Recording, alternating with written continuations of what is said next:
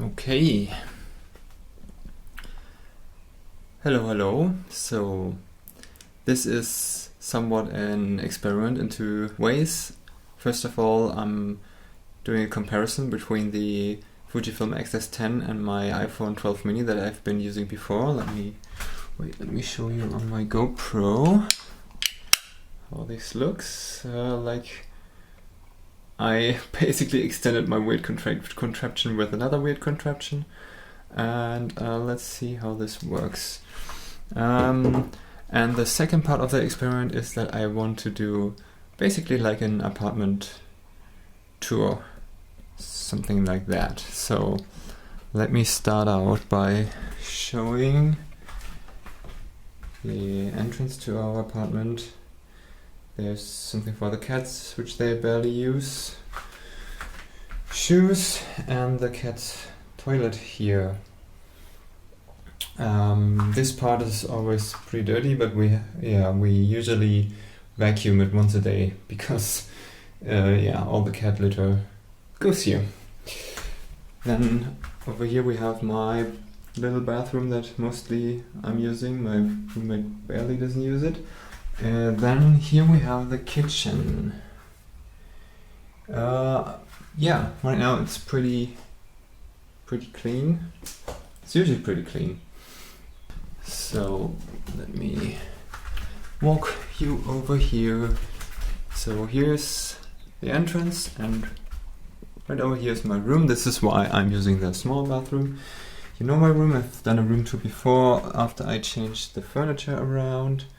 So we have my desk here, which is a little bit messy right now. My bed is over there, which I always put up, and my window, a little meditation and reading spot, my keyboard that I don't use, and a small charging station here.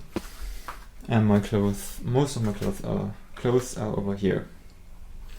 So if we leave my room, go to the left, there is the living room. I think it is really cozy.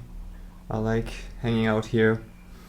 Usually if we're here, the cats are here as well. Right now one of them is sleeping here. Hi. Yeah. So we have a TV. This is my old TV that I bought like 10 years ago or so, and it's still working fantastically. I have no desire to change the TV. The table is where we eat and also where the cats eat.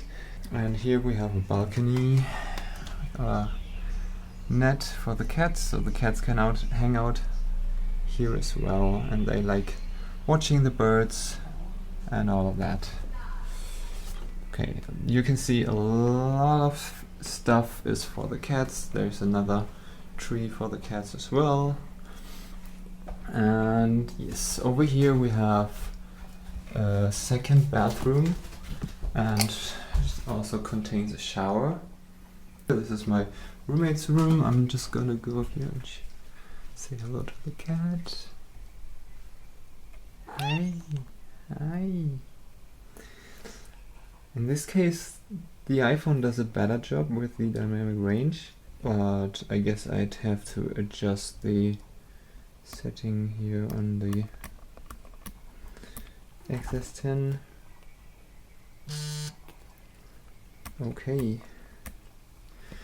One last thing to show you in our apartment, which is so here's like a storage room and a laundry machine and stuff, and this is actually, apart from the living room, the biggest room in the apartment, but it's pretty much only my office at the moment.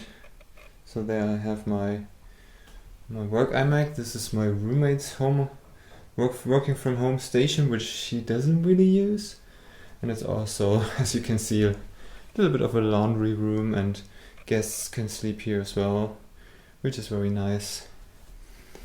Some utilities and stuff are here, and my old bed, which I don't use, and mattresses, which can come in handy if we have guests, but I do wanna get rid of at least the bad. So I guess that's it. Okay, I'm not sure how much of the iPhone footage I'm actually gonna use, but I do want to compare it a little bit. Hope you enjoyed the video, hope it wasn't too boring, and oh, let me go over to my room, it's a little bit more quiet. I'm looking forward to trying out this camera more. I'm kind of slowly figuring it out.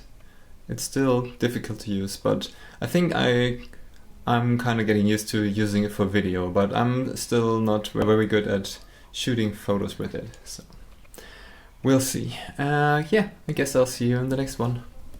Bye bye! So this is editing Stefan here. Just wanted to say a few more things.